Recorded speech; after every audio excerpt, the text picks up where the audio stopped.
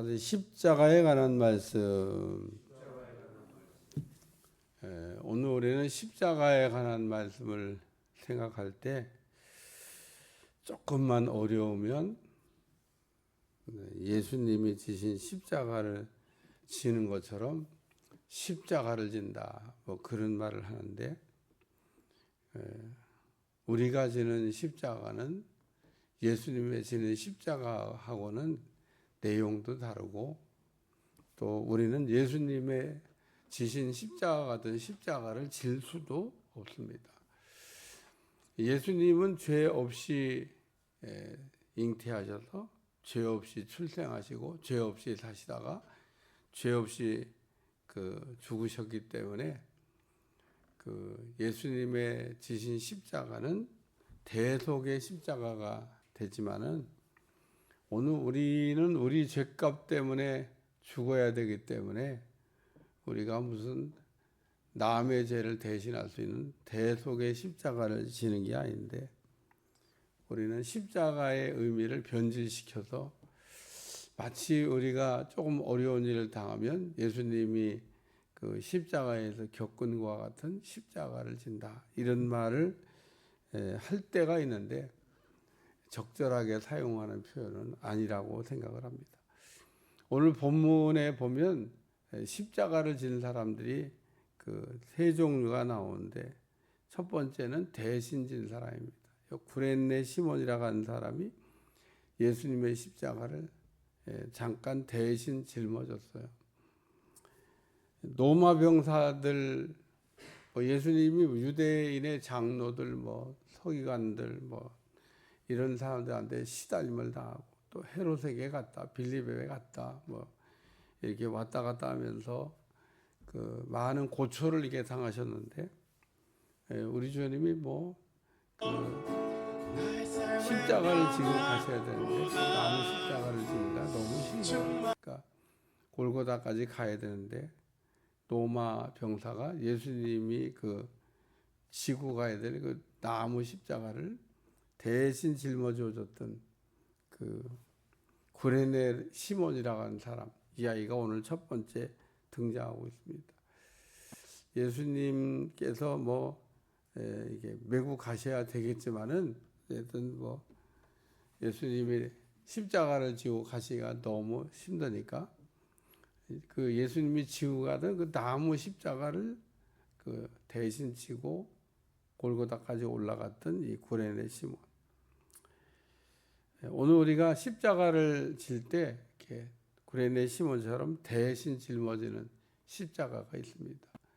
내가 내 죄값 때문에 혹은 예수님처럼 대속의 십자가를 지는 게 아니라 예수님을 위하여 이렇게 십자가를 지는 것. 구레네 시몬이 예수님을 위하여 이렇게 십자가를 대신 짊어지고 올라갔죠.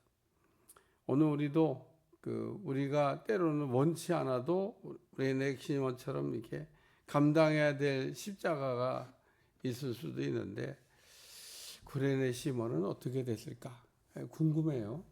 오늘 성경에 구레네 시몬에 관한 말씀은 자세하게 언급되어 있지는 않습니다.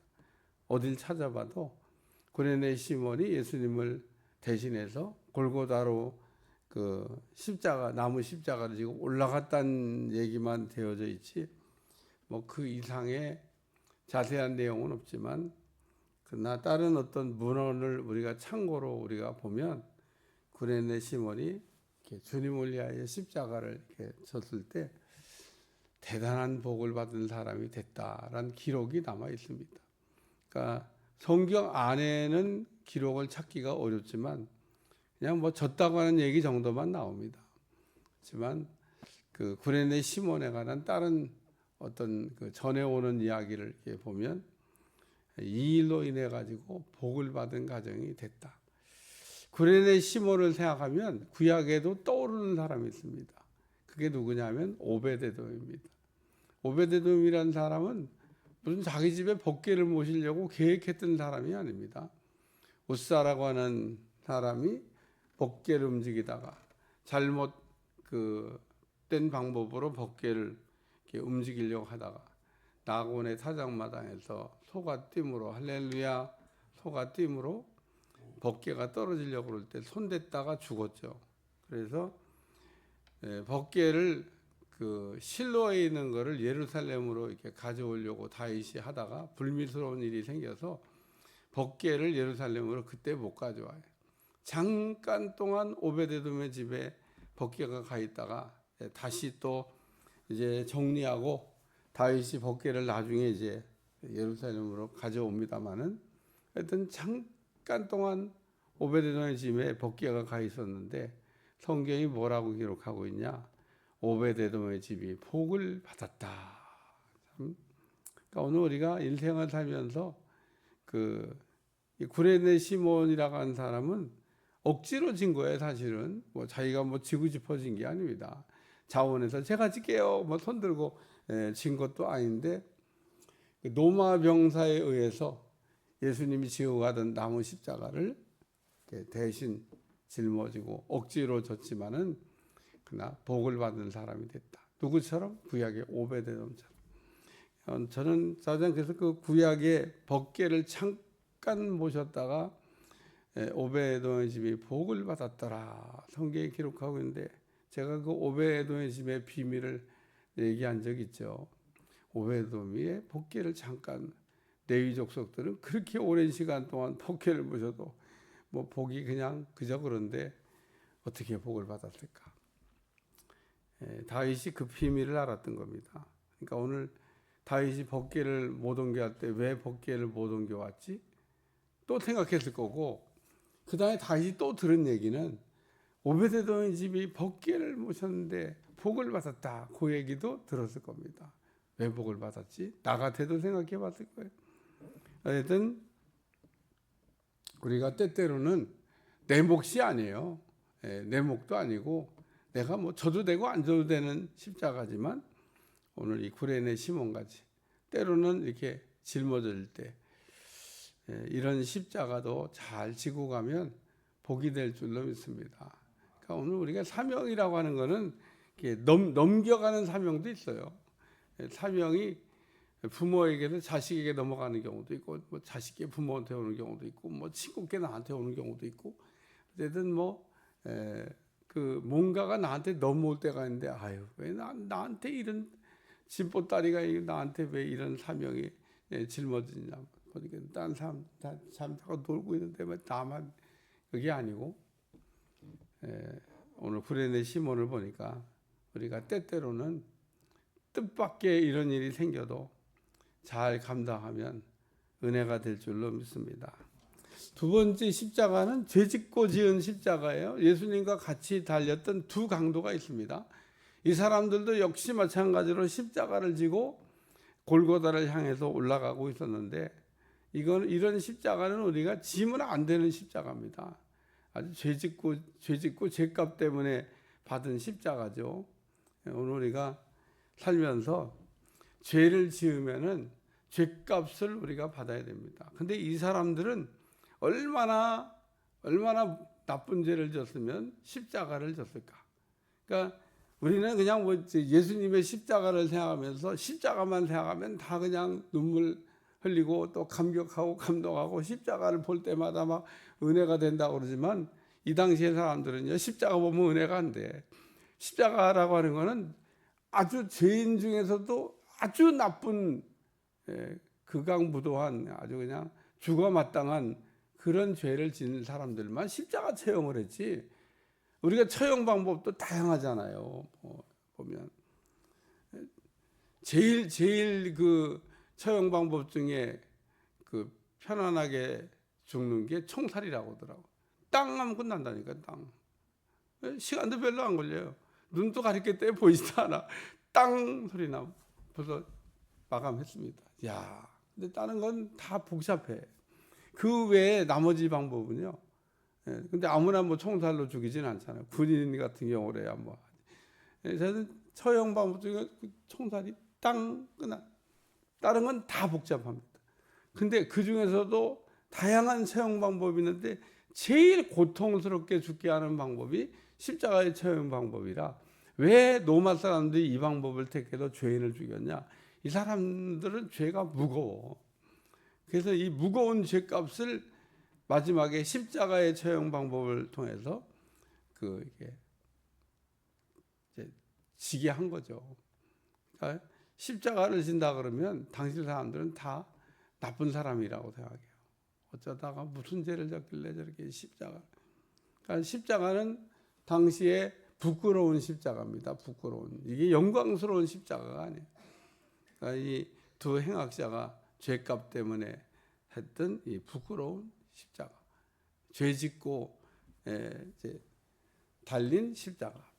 우리가 이런 십자가가 있는데 우리가 죄값 때문에 받는 십자가는 지지 말아야 된다. 세 번째는 예수님의 십자가죠. 예수님이 십자가를 지셨잖아요. 예수님이 무슨 행악자처럼 죄가 있어가지고 십자가 지셨냐? 아닙니다. 우리가 앞에서 다 생각했잖아요. 유대인들이 예수님의 죄목을 얘기하는 뭐 미혹했다, 세금을 바치지 말라고 그랬다, 뭐 유대인의 왕이라고 그랬다, 뭐 이런 세 가지 제목을 들어서 빌라도에게 고소했는데 빌라도가 나중에 다시 헤로드께 갔다가 다시 재판할 때 어제도 얘기했습니다마는 그 앞에 제목 세 가지 중에 두 가지는 다루지도 않아요. 해당 사항 없다 그런 얘기입니다. 우리가 1심과 2심이 어떻게 달라져요? 1심은 뭐 다 얘기하지만 고등법원에 가면요 억울하다 생각하는 것만 얘기해요. 그 핵심만 가지고. 그러니까 지금 예수님 두 번째는 뭐 자칭 유대인의 왕이라고 한 얘기 빌라도가 안 다뤄요. 그거 해당 사항 없다는 거예요. 세금 문제 안 다뤄요. 그나마 하나 미혹한다고 하는 게 남았는데 그것도 빌라도가 다뤄보니까 해당 사항이 없어. 빌라도가 세 번씩이나 해당 사항이 없어. 뭐 이거 갖고 뭐 조금 여러분 마음을 상하게 했다 그러면 뭐 좀 때려서 뭐 조금 이렇게 방면하면 뭐 될 정도지. 그 이상의 처벌도 아니야. 그냥 내보내오니까 좀 그러면 조금 몇 대 때려서 뭐 나갈까 뭐. 그러니까 죄가 없다고 세 번이나 아주 빌라도가 얘기하잖아요. 그러니까 예수님이 죄가 없다는 얘기는 앞에서 우리가 다 생각을 했고 빌라도 총독도 죄가 없다고 세 번이나 강변을 했는데 근데 유대인들이 죄 없는 예수님을 죽여주시옵소서.